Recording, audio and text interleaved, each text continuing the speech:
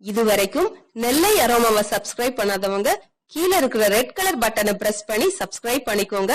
அப்படியே அது பக்கத்துல இருக்க பெல் ஐகானையும் கிளிக் பண்ணிக்கோங்க. நான் எப்ப வீடியோ போட்டாலும் உடனுக்குடனே உங்களுக்கு வந்து சேரும். இன்னைக்கு நம்ம பார்க்க போறது, நம்ம வீட்ல எந்த ஃபங்க்ஷன் நடந்தாலும் நம்ம ஓடி ஓடி போய் பேக்கரியில வாங்குறோமே அந்த ஸ்பாஞ்ச் கேக் தான். பேக்கரியில இந்த ஸ்பாஞ்ச் கேக்கை எப்படி செய்யறாங்க, என்னென்ன பொருட்கள்லாம் சேர்க்கிறாங்க அப்படின்னு தான் நம்ம இன்னைக்கு பார்க்க போறோம். இதுக்கு முன்னாடி நான் ஸ்பாஞ்ச் கேக் போட்டிருக்கேன். அதுல வந்து பட்டர் சேர்த்து ஸ்பாஞ்ச் கேக் செய்யறது வீட்டில் எப்படின்னு போட்டேன். இப்போ இந்த பேக்கரி ஸ்டைல் ஸ்பாஞ்ச் கேக்குக்கு என்னென்ன போடலாம் அப்படின்னு பார்க்கலாம். மைதா 125 கிராம், அதே அளவில் பொடித்த சீனி 125 கிராம், 4 முட்டை, ஒரு 1/4 கப் எண்ணெய், வெனிலா எசன்ஸ், அப்புறமா முக்கியமான ஒன்று கேக் ஜெல். கேக் ஜெல் அப்படின்னா என்ன? இதுதான் அந்த கேக் ஜெல்.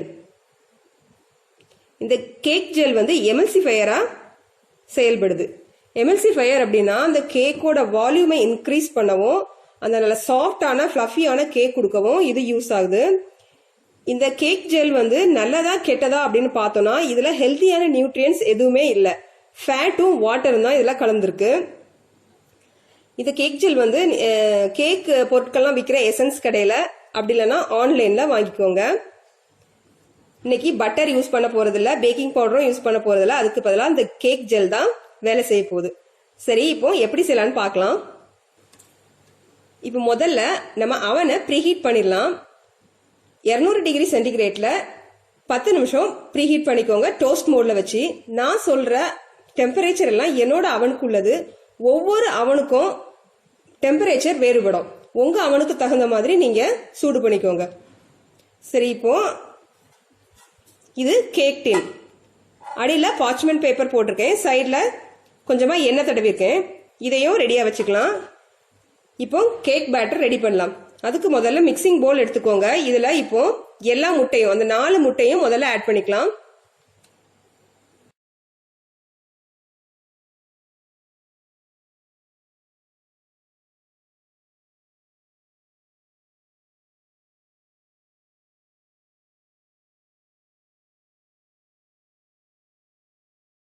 இந்த முட்டை கூட அந்த கேக் ஜெல்லையும் ஆட் பண்ணிக்கலாம்.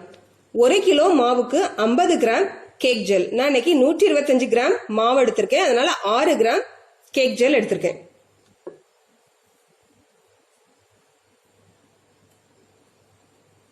இப்போ இந்த முட்டையும் கேக் ஜெல்லையும் நல்லா அடிச்சு எடுத்துக்கலாம். நான் இன்னைக்கு எலக்ட்ரிக் பீட்டர் தான் யூஸ் பண்றேன்.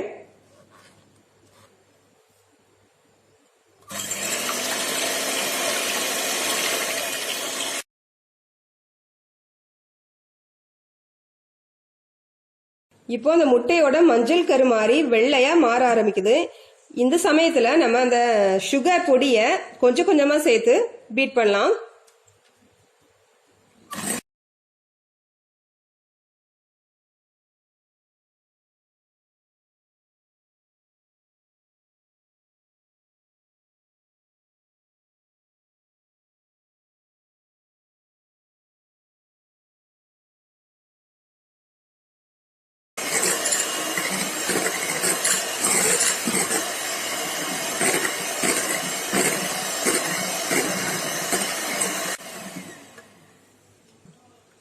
இந்த பேட்டரி எப்படி மாறி இருக்குன்னு பாருங்க. ஒயிட் கலர்ல மாறிட்டு. சரி, இப்போ நம்ம இது கூட 1 டீஸ்பூன் வெனிலா எசன்ஸ் சேர்த்துடலாம்.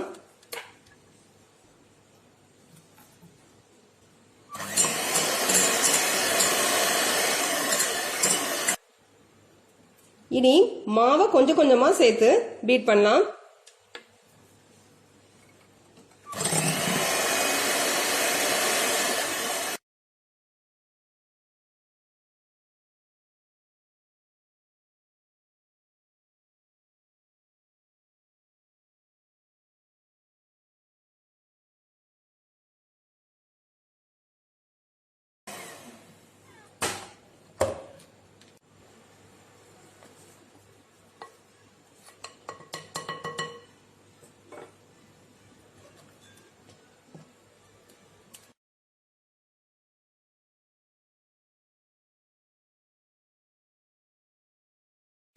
இனி கடைசியா அந்த 1/4 கப் எண்ணெய் சேர்த்து மிக்ஸ் பண்ணிக்கலாம். எண்ணெய் சேர்த்த பிறகு நீங்க ரொம்ப நேரம் பீட் பண்ணக்கூடாது, வேகமாகவும் பீட் பண்ணக்கூடாது.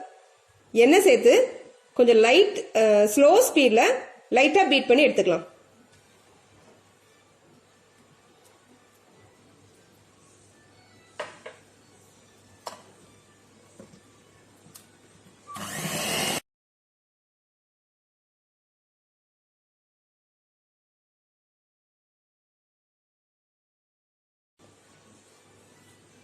கேக் ஜெல்லோட மேஜிக்கை பார்த்தீங்களா எப்படி இருக்கு இந்த பேட்டர்.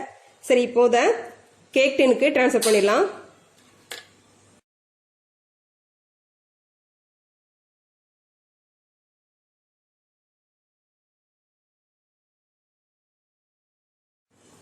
இப்போ இந்த டின்னை ப்ரீஹீட்டட் அவனுக்கு கொண்டு போயிடலாம். 180 டிகிரி சென்டிகிரேட்ல ஒரு 35ல இருந்து 40 நிமிஷம் பேக் பண்ணிக்கோங்க. நான் கேக்கை அவன்ல இருந்து எடுத்துட்டேன். 35 நிமிஷம் ஆயிட்டு. கேக் ஆறிட்டு இதை பிளேட்டுக்கு மாத்திரலாம். இந்த கேக் அவன்ல இருந்து எடுக்கும் போதே தெரியும் லைட் வெயிட்டா இருக்கும். சரி, இப்ப பிளேட்டுக்கு மாத்திரலாம்.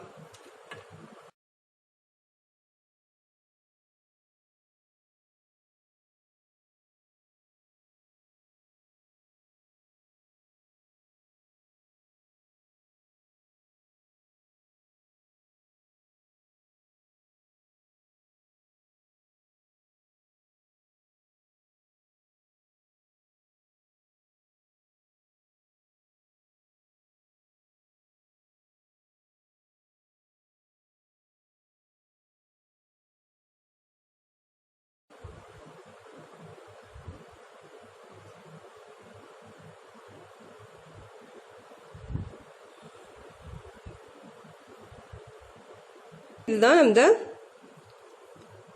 பேக்கரியில் நம்ம வாங்கக்கூடிய அந்த ஸ்பாஞ்ச் கேக். இப்படி தான் பேக்கரியில் ப்ரிப்பேர் பண்ணுறாங்க. பட்டர் ஆட் பண்ணுறதில்ல, பட்டருக்கு பதிலாக கேக் ஜெல் தான் யூஸ் பண்ணுறாங்க. இந்த கேக் நம்ம பட்டர் யூஸ் பண்ணி செய்கிற கேக்கை விட சாஃப்டாக இருக்கும். ஆனால் டேஸ்ட் கம்மியாக இருக்கும். பட்டர் யூஸ் பண்ணி நம்ம வீட்டில் செய்கிற கேக் தான் டேஸ்ட் அதிகமாக இருக்கும். இந்த வீடியோ பிடிச்சிருந்தா லைக் பண்ணுங்கள், ஷேர் பண்ணுங்கள், நெல்லை அரோமாவுக்கு சப்ஸ்கிரைப் பண்ணுங்கள். தேங்க்யூ.